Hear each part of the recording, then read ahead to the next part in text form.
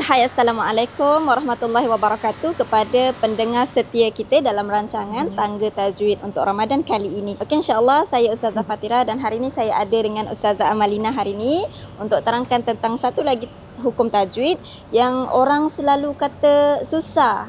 Jadi saya ada satu soalan untuk Ustazah Amalina hari ini. Yang pertama sekali soalan yang betul ke Ustazah. Mak Silah ni orang kata susah. Mak Silah ni nampak je macam susah. Sebab apa? Sebab nama dia panjang. Tapi sebenarnya Mak Silah ni nak kenal dia sangatlah senang. So nanti saya terangkan apa itu Mak Silah.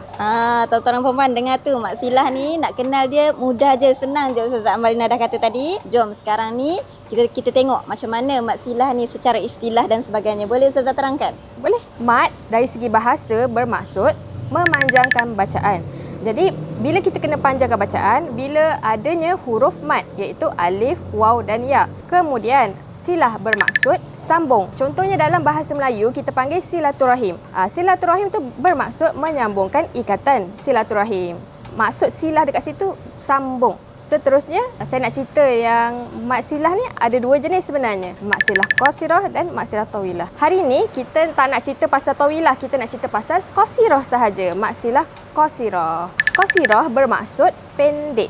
Jadi bacaan mat yang kali ni pendek sahaja sebanyak 2 harakat. Okey, Alhamdulillah. Dah jelas dah ke tuan-tuan dan puan-puan? Mak Silah ni baca pendeknya 2 harakat. Tapi kita hari ni, episod kali ni, kita baru kenal Mak Silah qasirah. Nanti Ustazah akan terangkan kita episod seterusnya untuk Mak Silah yang satu lagi. Okey, sekarang ni boleh tak Ustazah bagi dekat kita satu contoh Mak Silah qasirah? Macam mana nak kenal Mak Silah qasirah? Mula-mula sekali kita kena tengok ada tak huruf ha domir. Ha domir ni dia biasanya berlaku di akhir kalimah. So bila adanya huruf waw ataupun ya yang kecil selepas huruf ha domir, maksudnya dekat situ ada hukum mat silah. Ustazah, saya ada soalan ni. Dengar Ustazah sebut tadi ada ha domir. Saya ada soalan. Ha domir tu apa Ustazah? Macam mana ha domir tu? Okey, ha domir tu, domir ni sebenarnya adalah kata ganti nama dalam bahasa Arab. Jadi ha tu merujuk kepada dia ataupun nya. So bila ada perkataan ha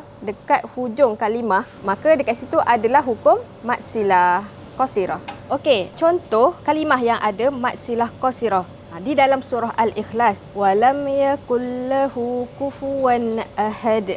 Dekat perkataan lahu ada ha domir yang mana selepas dia ada huruf waw yang kecil, huruf mat waw yang kecil. Jadi dekat situ adalah hukum mat silah qasirah, dibaca 2 harakat.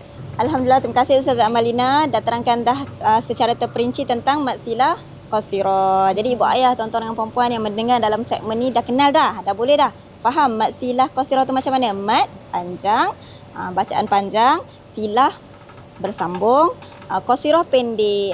Okey, senang je tau dia punya cara nak kenal dia tu. Boleh replay video ni banyak-banyak kali kalau masih lagi tak dapat. Okey, insya-Allah ibu ayah, tuan-tuan dan puan-puan, kita jumpa dalam next segment hari esok insya-Allah dengan tajuk-tajuk yang baru.